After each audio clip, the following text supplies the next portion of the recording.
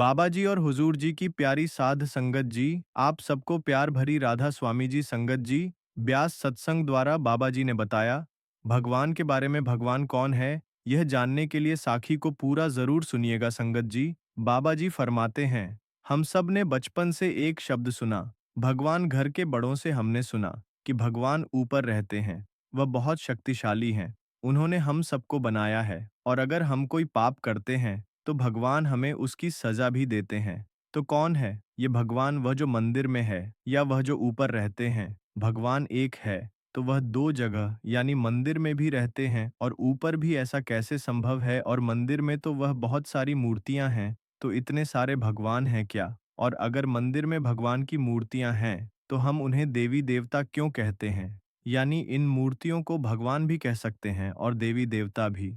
और अगर मंदिर में रखी मूर्तियों के अंदर भगवान है, तो फिर हम पीपल, नीम, बरगद, तुलसी आदि पेड़ों की पूजा क्यों करते हैं? कि यह भी भगवान है। क्या हम गंगा, नर्मदा, यमुना इन नदियों की पूजा क्यों करते हैं? यह भी भगवान है। क्या हम आकाश, धरती, सूरज, चांद, ग्रहों की पूजा करते हैं? यह भी भगवान है। क्या अगर यह सब भगवान है, तो यह सब तो हमारे सामने, तो फिर हमारे घर वालों ने हमसे यह क्यों कहा कि भगवान ऊपर रहते हैं? ना बहुत सारा कन्फ्यूज़न, कैसे पता लगाया जाए कि भगवान कौन है और हमको किसकी पूजा करनी चाहिए? एक छोटी सी साखी के माध्यम से बताया गया, एक महिला माता की भक्ति भाव, रोज सुबह शाम घर पर भगवान की पूजा करते हैं। उनका 1 साल का बेटा था, वह अपनी माँ को भगवान की पूजा करते देखता, तो उसने अपनी माँ से पूछा, माँ, हिंदू धर्म में भगवान कृष्ण और मुस्लिम धर्म में क्वाड होते हैं। माँ बच्चे से कहती है कि बेटा, हिंदू धर्म में ही सारे भगवान हैं, यही असली भगवान है। बेटा कहता है, तो माँ, भगवान तो एक ही होना चाहिए ना। तो अगर ये इतने सारे भगवान हैं, तो कभी कोई तो होगा ना। वह कौन? जिस तरह एक परिवार होता है, उसमें इतने सारे लोग होते हैं, लेकिन कोई एक फैमिली होता है ना, जिससे परिवार का मुखिया कहते हैं। तो ये सारे भगवानों का भी सोचने लगती है और उस बच्चे के प्रश्न का उत्तर नहीं दे पाती, और इसीलिए वह माँ भी अपने बच्चे को मंदिर जाने को कहती हैं, तो बच्चा मना कर देता। मंदिर जाने के बाद मैं इतना कंफ्यूज हो जाता हूँ कि मैं अपने मन से भगवान की पूजा करूँ। तो उस बच्चे को लगता है कि वह मंदिर जाकर अपना टाइम वेस्ट कर रहा है, इसीलिए वह मंदिर जाना पसंद नहीं करता है। इससे अच्छा तो मैं चला जाता हूँ, कम से कम एक भगवान में अपना मन एकाग्र तो कर सकता हूँ। माँ अपने बच्चे की यह बात सुनकर बहुत उदास हो जाती है और उसे लगता है कि मेरा बेटा नास्तिक बनता जा रहा है। लेकिन आज अगर आप अपने आसपास देखें, तो ये प्रॉब्लम हर माँ की है, क्योंकि आज का युवा आध्यात्म से बहुत दूर चला गया है, और इसीलिए दुनिया में ज्यादातर लोग यही कहते हैं, अरे छोड़ो भगवान की बातें, एक जीवन मिला है, मौज करो, हाउ फ्यूल। और यह एक प्राकृतिक नेचर बनता जा रहा है, और उसका कारण कहीं ना कहीं हम हैं, जो हम अपने बच्चों को या इस समय की पीढ़ी को यह क्लियर नहीं कर पाए कि ईश्वर का वास्तविक स्वरूप क्या है। क्योंकि कहीं ना कहीं शायद हम खुद भी नहीं जानते कि ऐश्वर्या भगवान है कौन कौन है। भगवान, इस पर एक कहानी याद आती है। यह दामन थाम लिया। एक ब्राह्मण का बेटा बहुत बीमार हो गया। वह उसे लेकर डॉक्टर के पास गया। डॉक्टर ने जवाब दे दिया, अब इसे केवल भगवान बचा सकते हैं, हमारे पास अभी इसका कोई इलाज नहीं है। ब्राह्मण श्री कृष्ण का भक्त था, उसने श्री कृष्ण की पूजा आरंभ की। 2 दिन तक लगातार श्री कृष्ण की पूजा करता रहा। पड़ोसी आया, उसने कहा, अरे ऐसे समय में श्री कृष्ण को थोड़ी याद करना होता है। ब्राह्मण ने कहा, तो फिर तू? पड़ोसी ने कहा, अरे विघ्नहर्ता तो गणेश जी हैं, तुम गणेश जी की आराधना करो, देखना यह विघ्न टल जाएगा। उसे लगा, हाँ बात तो सही है। उसने गणेश जी की भक्ति आरंभ कर दी। 2 दिन तक लगातार गणेश जी की पूजा करता रहा। तभी वहां एक मित्र संबंधी आए, बोले, अरे तुम गायत्री मंत्र का जाप करो, देखना चमत्कार होगा। उसको लगा, हाँ बात तो सही है, सुना है गायत्री मंत्र करने से चमत्कार होता है। और उसने गायत्री मंत्र आरंभ कर दिया। 2 दिन तक लगातार गायत्री मंत्र करता रहा। तभी उसके दूसरे रिश्तेदार बेटी को देखने आए। उन्होंने कहा, अरे संकट मोचन तो हनुमान जी हैं, तुम हनुमान चालीसा करो, देखना ये संकट टल जाएगा। उसको लगा, हाँ बात तो सही है, और उसने हनुमान चालीसा करना शुरू कर दिया। 2 दिन तक लगातार हनुमान चालीसा हुआ था। तभी उसकी पत्नी को किसी ने बताया कि पड़ोस के गांव में बाबा जी आए हुए हैं। वह एक ऐसी विभूति देते हैं जिससे असाध्य बीमारी भी दूर हो जाती। बच्चे को लेकर वहां जाओ। वह अपने बच्चे को लेकर गए।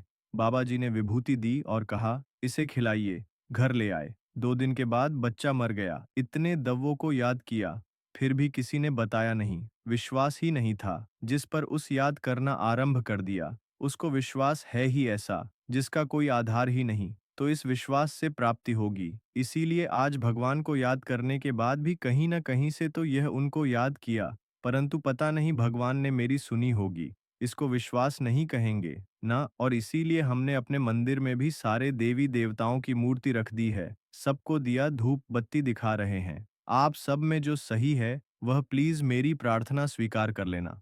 अब जहां विश्वास ही ना हो, या विश्वास ही 1 घंटे के ढेर पर हो, तो प्राप्ति क्या होगी। इसीलिए घरों में भी सारे देवी देवताओं के चित्र रखे हुए होते हैं। मंदिर में भी यही बात होती है। तो आखिर सत्य है। सत्य को समझना बहुत जरूरी है। कुछ लोग कहते हैं प्रकृति परमेश्वर का कहना है आत्मा सौ, परमात्मा कहते हैं ब्रह्मेश्वर है। कुछ का मानना है कि कण कण में भगवान है, यानी भगवान सर्वव्यापी। तो कुछ कहते हैं वह निराकार है ना घटे। तो कुछ तो यह कहते हैं ये सारे देवी देवता ही परमात्मा है यहाँ। कुछ लोग तो यहाँ तक भी कहते हैं कि ईश्वर जैसा कुछ है ही नहीं। और अगर सचमुच ईश्वर है, सबूत दीजिए। अब आप खुद सोचिए, जब हम परमात्मा के अस्तित्व से जुड़ी इतनी बातें सुनते हैं, तो हमें कन्फ्यूजन होगा या नहीं होगा बताइए। और संगत जी, हम भी यही सोचेंगे कि आखिर में सत्या, ये सब में से कोई एक सत्य कुछ, और इसको अभी तक हमने समझा ही नहीं। सत्य होना चाहिए, क्योंकि ये सारी बातें एक दूसरे का खंडन करती हैं। कि आपने 5 सूरदास की साखी सुनी, आज के टॉपिक पर वह साखी बिल्कुल फिट बैठती। तो साखी कुछ इस प्रकार है कि 1510 को कहा जाता है कि आप सभी थी और कर दी थी। कैसा होता है वह घृणा गए घर की हाथी देखने। पांचों ने एक एक करके हाथी को छुआ और टटोलकर हाथी को देखा। अब जिसके हाथ जो आया, उसने हाथी को वैसा ही समझा। एक हाथ में हाथी का पैर आया तो उसने कहा हाथी खंभे जैसा है, जिसके हाथ पीठ आई तो कहा दीवार जैसा है। एक हाथ पूछा तो कहा रस्सी जैसा है। अब दूसरे के हाथ चौड़ाई तो कहा आसाराम जैसा है। कान आए तो कहा सूट जैसा है। आखिर सत्य क्या है। यह सभी सत्य सत्य सत्य कुछ और है, जो वह देख नहीं पा रहे थे। अब इन पांचों को कहा जाता है कि आप सूरदास को ढक ऐसा घृत 11 नंबर से और जाकर अपने हिसाब से नियुक्तियां शीघ्र थी।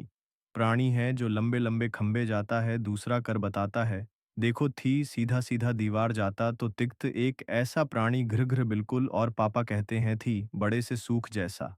अब 5 की बात सुनकर यह सूरदास ने कहा ये कैसा, क्योंकि पांचों ने एक हाथी के बारे में अलग अलग बताइए तो आखिर। लेकिन फिर भी वह विश्वास कर लेता है कि आखिर महसूस तो वह झूठ बोल रहे होंगे। कोई ऐसा प्राणी जो घड़ी घड़ी रूप बदलता होगा तो वह विश्वास कर लेता है। कहा जाता है कि वह सामने एक साथ जाकर बताएं कि कैसा होता है। कि अब यह छोटा सूरदास जाता है 7वें सूरदास के पास और उसे बताता है कि देखो भाई, मैंने तो महसूस नहीं किया है, लेकिन 5 ने जो महसूस किया वह मैं तुम्हें बताता हूँ कि ही एक ऐसा प्राणी है जो बहरूपियां है, घड़ी घड़ी रूप बदलता है। तभी तो वह लंबे जैसा हो जाता है, तो कभी दीवार जैसा, कभी सांप जैसा होता है, तो कभी रस्सी जलसा, कभी कभी वह पंख जैसा हो जाता है। यानी सूप तो जो 7वां सूरदास था वह बहुत बुद्धिमान था। उसने कहा देखो भाई, कोई भी रुपया हो सकता है, मान लिया, लेकिन वह पूरा का पूरा स्ट्रक्चर चेंज कर लें, ऐसा थोड़ी होता है। तो छठे सूरदास ने कहा भाई, उन पांचों ने तो महसूस किया है ना, तुम्हें मानना है तो मानो, नहीं तो छोड़ दो। सातवां सूरदास कहता है कोई कहता है तो ठीक है, लेकिन अपने विवेक से तो काम लो। हो सकता है उन्हें कुछ गलत हुई हो, वह कहीं किसी पॉइंट पर गलत हो रहे हो। तो छोटा सूरदास कहता है तो उनको मानना है तो मानो, नहीं तो जाने दो। मैं तो मानता हूं कि हाथी ऐसा ही प्राणी, तो साथियों कहीं हमारी हालत भी इन सुविधाओं की तरह तो नहीं हो गई है। हमारे आर्षि मुनियों ने अपने अनुभव के आधार से ईश्वर की आराधना की तपस्या की और ईश्वर के कई गुणों को महसूस किया। उन्हें ईश्वर के विषय में मनुष्यों को वह कहने का प्रयास किया। इसी ने प्रकृति में कुछ महसूस किया तो कहा प्रकृति परमेश्वर है। किसी ने किसी आत्मा से कुछ प्राप्ति करी तो कहा आत्मा ही परमात्मा है। इसीलिए कण कण में कुछ महसूस किया तो कहा कण कण में ईश्वर है। इसीलिए निराकार से कुछ अनुभूति की तो कहा ईश्वर निराकार है। किसी ने साकार इष्ट देवी देवताओं से कुछ प्राप्ति की तो कहा यही ईश्वर है। लेकिन सत्य क्या है, तो नेत्रहीन तो हम सब हैं, क्योंकि भगवत गीता में भी श्री कृष्ण ने यही कहा है। हे अर्जुन, तुम मुझे इन चर्म चक्षुओं से नहीं देख सकते, मुझे केवल ज्ञान के चक्षुओं से ही देखा और समझा जा सकता है। यानी ईश्वर देखने की चीज नहीं, बल्कि उन्हें समझने की अनुभव करने की आवश्यकता है। और जो सूक्ष्म होता है, उसे अनुभव करना थोड़ा मुश्किल होता है। इसीलिए ईश्वर के बारे में इतनी धुआं फैल गई, तो परमात्मा कौन है? इस विषय पर आप भी विचार कीजिए, क्योंकि ईश्वर उसको कहा जाता है जो सर्वधर्म मान्य हो, जिसको सभी धर्म वाले ईश्वर के रूप में स्वीकार करें। यह नहीं कि हिंदू का अलग है, मुसलमान का अलग है, क्रिश्चियन कॉलेज है, ईश्वर एक है, परमात्मा एक है। दूसरी बात, परमात्मा उसको कहेंगे जो सर्वोच्च शक्ति है, जिसके ऊपर और कोई नहीं, जो सभी का माप के पिता, बंधु, गुरु, शिक्षक, रक्षक को उसका कोई माता पिता नहीं हो सकता है। इसीलिए ऊधम प्रार्थना में यही जानते हैं कि तुम्हें वह माता च पिता त्वमेव त्वमेव बंधुश्च सखा त्वमेव, यानी कि सर्व संबंध उस ईश्वर से जोड़ सकते हैं। वह सर्वशक्ति है। परमात्मा जन्म मृत्यु के चक्र से भी परे हैं। न उनकी कोई देश है, न देकर संबंध है। अजन्मा अकाल मूरत, जिसे काल भी नहीं खा सकता, कर्ता भोक्ता, वह इस संसार के सभी चक्रों से परे है, जो सर्वशक्तिवान है। तो परमात्मा के सत्य स्वरूप को जानने के लिए, परमात्मा को जानने के लिए केवल एक ही विधि है, और वह है योग। योग करें और खुद परमात्मा को महसूस करें। परमात्मा के सत्य को जाने और मन को शांति और एकात्रिक कर और ध्यान लगाए। ध्यान से ही गुरु की खोज होती है। इसलिए आज के लिए इतना ही। अगर आप हमारे चैनल पर नए हैं, तो कमेंट बॉक्स में राधा स्वामी जी जरूर लिखें, और ऐसी साखियां सुनने के लिए हमारे चैनल को लाइक और सब्सक्राइब करें दीजिए। राधा स्वामी जी।